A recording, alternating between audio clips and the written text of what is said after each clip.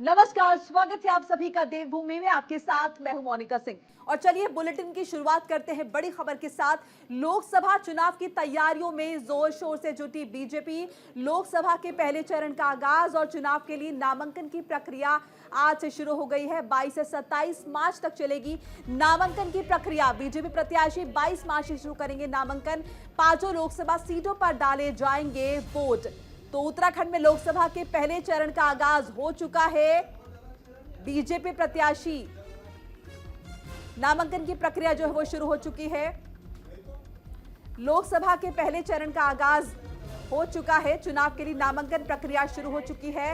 22 से 27 मार्च तक चलेगी नामांकन की प्रक्रिया।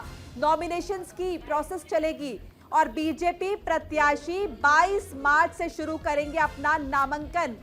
5 लोकसभा सीटों पर वोट डाले जाएंगे। उत्तराखंड में लोकसभा की 5 सीटें हैं और आज से देखिए नामांकन की प्रक्रिया शुरू हो चुकी है। लोकसभा की चुनावों की तारीखों का ऐलान पहले ही हो चुका है।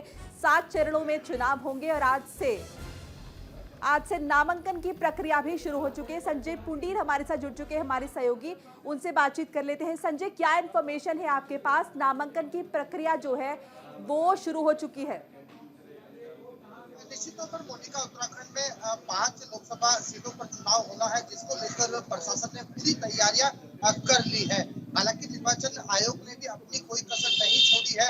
सभी 5 सीटों पर नामांकन प्रक्रिया भी शुरू हो गई है, जिसमें आज से यानी 20 तारीख से जो नामांकन बिक्री और जमा करने की प्रक्रिया है वो भी शुरू कर दी गई है। अगर हरिद्वार की बात की जाए तो यहाँ पर भी जो नामांकन की प्रक्रिया है वो शुरू हो गई है। तमाम 5 सीटों पर जो नामांकन बिक्री है वो हो रही है। हालांकि 27 मार्च तक ये नामांकन पत्र जमा और बिक्री होंगी। इस लेकर तमाम जो तैयारियां हैं वो की जा रही है। प्रशासन की ओर से तमाम जो तैयारियां हैं वो कर ली गई है। किसी भी तरह की कोई दिक्कत ना हो, इसके लिए हरिद्वार पुलिस और तमाम जो जनपद है उनमें लगातार तैयारियां की जा रही है। हालांकि पार्टी भी अपनी अपनी तैयारियां कर रही है, उनकी ओर से भी जो चुनाव की तैयारियां वो की जा रही है। मोनिका, बिल्कुल, तो नामांकन प्रक्रिया आज से शुरू हो चुकी है। 5 लोकसभा सीटों पर वोट डाले जाएंगे। अगर हम सियासी हलकों की बात करें तो किस तरह की हलचल वहां पर देखने को मिल रही है?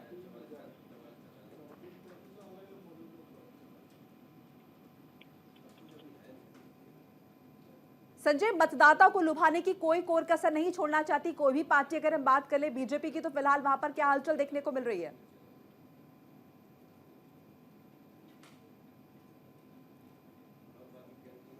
चलिए संजय, शुक्रिया तमाम बातचीत के लिए। 5 लोकसभा सीटों पर वोट डाले जाएंगे। पहले ही चरण में 7 चरणों में लोकसभा के चुनाव होंगे, लेकिन अगर उत्तराखंड की बात करें तो पहले ही चरण में 5 लोकसभा सीटों पर वोट डाले जाएंगे। 102 सीटों के लिए नामांकन प्रक्रिया जो है वो शुरू हो चुकी है। खबरों में आगे बढ़ेंगे। लोकसभा चुनाव की तैयारियों में बीजेपी जुटी हुई है। जल्द उत्तराखंड आएंगे प्रधानमंत्री नरेंद्र मोदी। पीएम मोदी रथ से करेंगे रोड शो करेंगे प्रधानमंत्री नरेंद्र मोदी। उत्तराखंड में होगी पीएम मोदी की रैली। 2 रैलियां गढ़वाल मंडल और 1 होगी कुमाऊं में। हरिद्वार, उधम सिंह नगर, श्रीनगर में रैली होने की संभावना। कार्यक्रम की तारीखों का बीजेपी जल्द ऐलान कर देगी। पहले चरण में 19 अप्रैल को वोटिंग होनी है। देखिए, उत्तराखंड में लोकसभा चुनाव की तैयारियों में जुटी हुई है भारतीय जनता पार्टी। उत्तराखंड में पहले चरण में लोकसभा चुनावों के लिए मतदान होना है। चुनाव के प्रचार प्रसार में पार्टियां जुट गई हैं। बीजेपी ने कमर कस ली है। लोकसभा को और रोमांचक बनाने के लिए पीएम मोदी उत्तराखंड आने वाले हैं। उत्तराखंड में 3 जगहों पर प्रधानमंत्री नरेंद्र मोदी की रैली होनी है। बीजेपी प्रधानमंत्री मोदी की रैलियों की रूपरेखा तैयार करने में जुट गई है। पीएम मोदी की रैलियों में कार्यकर्ताओं के पहुंचने से लेकर उनके आने जाने की सभी तैयारियां शुरू की जा चुकी है, लेकिन अभी तक पीएम की रैलियों की ना तो तारीख सामने आई है, ना ही जगह का ऐलान हुआ है। लेकिन बीजेपी संगठन की ओर से इतना जरूर कहा जा रहा है कि उत्तराखंड में प्रधानमंत्री मोदी की 3 बड़ी रैलियां होनी है, जिनमें से कुमाऊं मंडल में होगी और 2 गढ़वाल मंडल में करवाई जाएगी। अनुज अवस्थी हमारे साथ जुड़ चुके हैं, ज्यादा जानकारी वही देंगे। अनुज, जब प्रधानमंत्री नरेंद्र मोदी की रैलियां होनी है, वो खुद पहुंचेंगे प्रचार प्रसार करने के लिए, तो जिस तरह की खबरें आ रही है कि तैयारियां शुरू हो चुकी है, जमीनी स्तर पर क्या क्या किया जा रहा है फिलहाल पार्टी की तरफ से?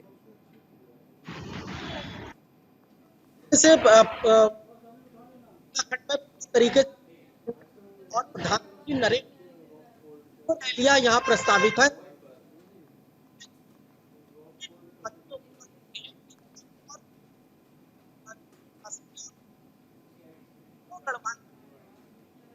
अनुज, आपकी आवाज हमें ठीक से नहीं मिल पा रही है। शुक्रिया बातचीत के लिए। तो जल्द उत्तराखंड आएंगे प्रधानमंत्री नरेंद्र मोदी, रैलियों को संबोधित करेंगे और इसे लेकर बीजेपी की तरफ से तमाम तरह की तैयारियां की जा रही हैं। उत्तराखंड में लोकसभा चुनाव की गहमागहमी तेज है। इस बीच उत्तराखंड में एक बार फिर नोटिस पर सियासत गर्मा गई है। पौड़ी लोकसभा सीट से कांग्रेस उम्मीदवार गणेश गोदियाल को इनकम टैक्स विभाग ने एक साथ 3 नोटिस भेजे हैं, जिसे लेकर सवाल उठने लगे हैं। गणेश गोदियाल ने इसे बीजेपी के डराने की साजिश बताया है। साथ ही उन्होंने चुनौती देते हुए कहा कि वो डरने वाली नहीं है और हर जांच के लिए तैयार है। इसे लेकर बीजेपी और कांग्रेस का क्या कुछ कहना है, आइए वो भी आपको सुनवा देते हैं। उसमें हमें लगता है कि हम 70 इंसान नोटा या बहिष्कार की चीज़ें सामने आ रही हैं। किस तरीके से बीजेपी देखती है कि अगर वोटिंग परसेंटेज कम रहा तो क्या बीजेपी का वोट घटेगा सर? देखिए, इस समय तो जितने आपके सर्वे आ रहे हैं उस सर्वे उत्तराखंड में 60% से अधिक भारतीय जनता पार्टी को वोट दिखा रहे हैं और उसके आधार पर मैं ये कह सकता हूँ कि जो आप लोगों के सर्वे 60% के आ रहे हैं, लेकिन हमारी पार्टी का जो फीडबैक है, जो डेली हमारा कार्यकर्ता फील्ड में काम कर रहा है, उसमें हमें लगता है कि हम 70% से भी अधिक वोट उत्तराखंड में लेंगे। इंसान नोटा कांग्रेस से वो इतने नेताओं को ले जा रहे हैं, तो मैं भारतीय जनता पार्टी के उन दरी बिछाने वाले कार्यकर्ताओं को पूछना चाहता हूं कि उनका स्थान क्या है वहां। जब सब कांग्रेस से ही जाएंगे और कांग्रेस के ही लोगों को सिर में बिठाएंगे, तो जो भारतीय जनता पार्टी का कार्यकर्ता बरसों से इस उम्मीद में रहा कि हमारा भी कभी नंबर आएगा। अभी बद्रीनाथ की बात मैं करूं, बद्रीनाथ में अब वो राजेंद्र भंडारी जी को ले गए हैं, तो भंडारी जी चूंकि महेंद्र भट्ट राज्यसभा चले गए, तो महेंद्र भट्ट जी के बाद जो भारतीय जनता पार्टी के कार्यकर्ता वहां रहे होंगे, बरसों से दरी बिछाने का काम कर रहे होंगे, उनकी भी तो उम्मीद रही होगी कि अब हमारा नंबर आने वाला है। लेकिन ऐसे में वो राजेंद्र भंडारी जी को लेके आ गए, तो अब भारतीय जनता पार्टी के वो कार्यकर्ता क्या करेंगे?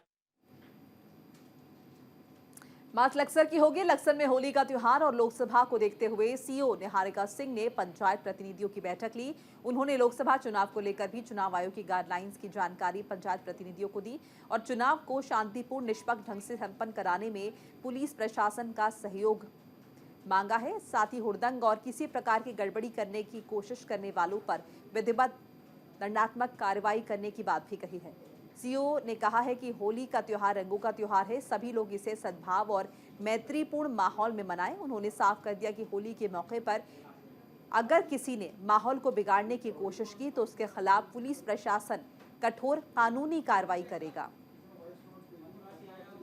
तो शांतिपूर्ण ढंग से होली का त्योहार मनाने की अपील की गई है पुलिस प्रशासन की तरफ से और पंचायत प्रतिनिधियों के साथ बैठक की है। एक तरफ होली नजदीक है, दूसरी तरफ लोकसभा चुनाव जो है वो भी नजदीक है, उसे लेकर सरगर्मियां तेज हैं। तैयारियां जो हैं वो लगातार की जा रही हैं। इस बीच पुलिस प्रशासन ने साफ कर दिया है कि होली का त्योहार जो है वो शांतिपूर्ण ढंग से मनाएं और जो लोग हुड़दंग करते हुए पाए गए उन पर कड़ी कार्रवाई हो सकती है।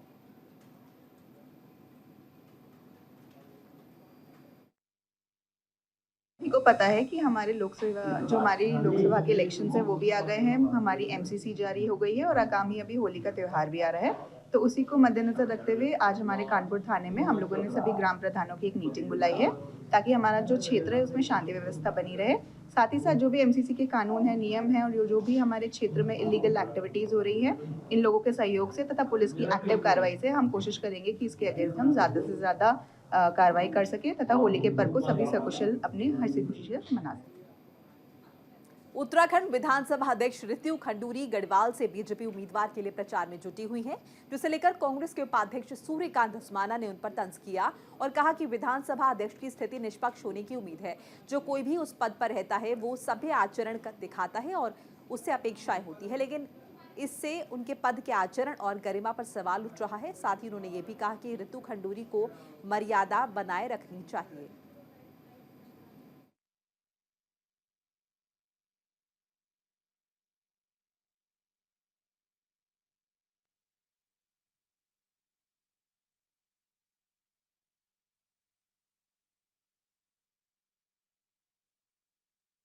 जुटी हुई है ऋतु खंडूरी और उन पर लगातार सवाल उठाए जा रहे हैं, उन पर तंज किया गया है। कांग्रेस के उपाध्यक्ष सूर्यकांत धस्माना ने उन पर तंज किया है और कहा है कि विधानसभा अध्यक्ष की स्थिति निष्पक्ष होने की उम्मीद है। जो कोई भी उस पद पर रहता है सभ्य आचरण दिखाता है, उससे अपेक्षाएं ज्यादा होती हैं, लेकिन इससे उनके पद के आचरण और गरिमा पर सवाल उठ रहा है। साथ ही उन्होंने कहा कि ऋतु खंडूरी को मर्यादाएं बनाकर रखनी चाहिए।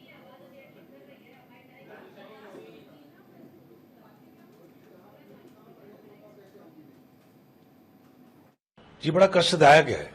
देखिए, विधानसभा अध्यक्ष की जो पीठ है उससे अपेक्षा की जाती है कि वो निष्पक्ष हो।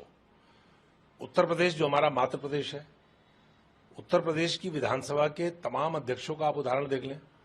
राज्य बनने के बाद 24 वर्षों में 4 विधानसभाएं जो पिछली रही हैं उनके अध्यक्षों का आप उदाहरण देख लें। पीठ पर बैठा हुआ व्यक्ति एक मर्यादित आचरण करता है, उससे अपेक्षा की जाती है, क्योंकि जिस दिन वो पीठ पर बैठ जाता है उससे ये माना जाता है कि वो सबका है और सबको बराबर। लोकसभा चुनाव के लिए उत्तराखंड क्रांति दल ने प्रत्याशियों का ऐलान कर दिया है। सूची में 4 उम्मीदवारों का नाम शामिल है। गढ़वाल, हरिद्वार, नैनीताल, अल्मोड़ा सीट से प्रत्याशियों का नाम जारी हुआ है। टिहरी लोकसभा सीट पर अभी यूकेडी प्रत्याशी तय नहीं कर पाई है। उनका कहना है कि पार्टी के लोगों का मंथन अभी चल रहा है, जल्द ही टिहरी प्रत्याशी घोषित हो जाएगा। गढ़वाल लोकसभा आशुतोष नेगी, हरिद्वार लोकसभा मोहन असवाल, नैनीताल लोकसभा शिव सिंह रावत और अल्मोड़ा लोकसभा अर्जुन देव, ये ऐलान हुआ है। इन तमाम सीटों पर उम्मीदवारों के नाम का ऐलान हुआ है। टिहरी सीट पर प्रत्याशी का जल्द ऐलान होगा। बिल्कुल, उत्तराखंड क्रांति दल के आंदोलन से ही उत्तराखंड राज्य बना है और बिल्कुल हम बहुत जोरदार ढंग से लड़ेंगे और बिल्कुल हम 4 सीटों पे विजय हासिल करेंगे। और जो इस समय मुख्य बिंदु जो अभी भी पहले मैंने बात करी थी कि पहाड़ों में एक पॉलिसी कर दी इन्होंने, गाँव में, पहाड़ के हो चाहे प्लेन्स के हो गाँव, ये वहाँ 21वीं सदी की शिक्षा मत दो, 21वीं सदी का स्वास्थ्य सेवाएं मत दो और वहाँ के बच्चों को रोजगार मत दो। जिला बार एसोसिएशन नैनीताल के अधिवक्ता कल्याण कोष के टिकट 10 रुपए को बढ़ाकर 50 रुपए किए जाने पर बार काउंसिल उत्तराखंड के सचिव मेहरमान सिंह ने इस संबंध में काउंसिल का पक्ष रखा। उन्होंने कहा कि कल्याणकारी टिकट में जो वृद्धि की गई है वो अधिवक्ता हित में है, क्योंकि अधिवक्ता टिकट का पैसा अधिवक्ता फंड में जमा होता है, जिससे अधिवक्ताओं के लिए कल्याणकारी योजनाएं बनाई जाती हैं। इसीलिए इसका विरोध नहीं बल्कि स्वागत किया जाना चाहिए। ये प्रयास, ये कोशिश हमारी ओर से काफी लंबे वक्त से की जा रही थी, जो कि अब जाकर सफल हुई है।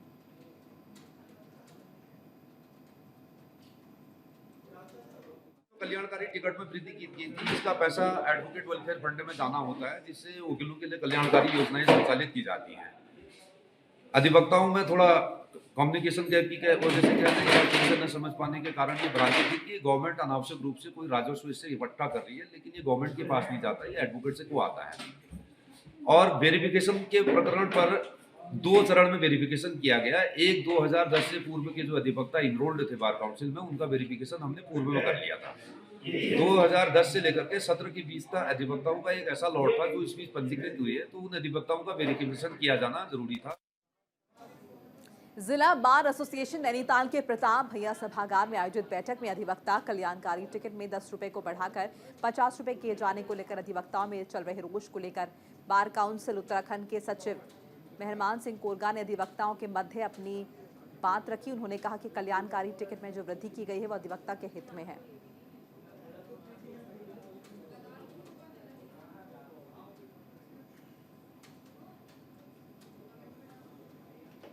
और साथ ही साथ आपको बता दें कि लोकसभा चुनाव की तैयारियों में प्रशासन लगातार जुटा हुआ है। चमोली में सामान्य निर्वाचन को सकुशल संपन्न कराने के लिए जिला निर्वाचन अधिकारी हिमांशु खुराना की मौजूदगी में पीजी कॉलेज और रायका गोपेश्वर में पीठासीन अधिकारियों और पहले मतदान कर्मियों का पहले चरण का प्रशिक्षण शुरू हो गया है। मतदान कर्मियों को 2 पालियों में प्रशिक्षण दिया जा रहा है, जिसमें मतदान का सामान्य प्रशिक्षण और ईवीएम और वीवीपैट का व्यवहारिक प्रशिक्षण शामिल है।